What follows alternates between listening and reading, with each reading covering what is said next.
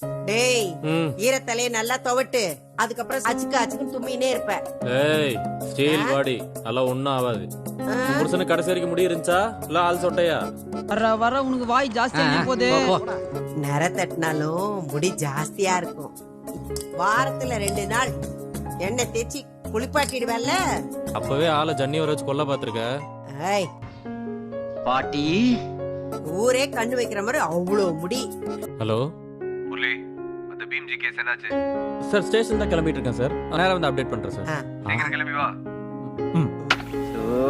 Phone எடுத்தா நச்சு நச்சுங்கிறானுங்க. முரளி, உனக்கு எப்படா சம்பளம் கொடுப்பாங்க?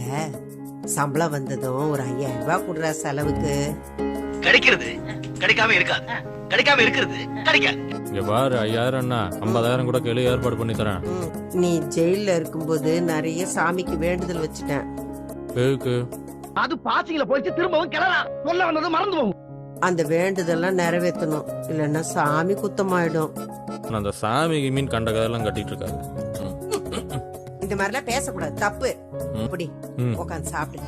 சாப்பிடு. மறக்காம சர்ப்ரைஸ் பண்ணுங்க.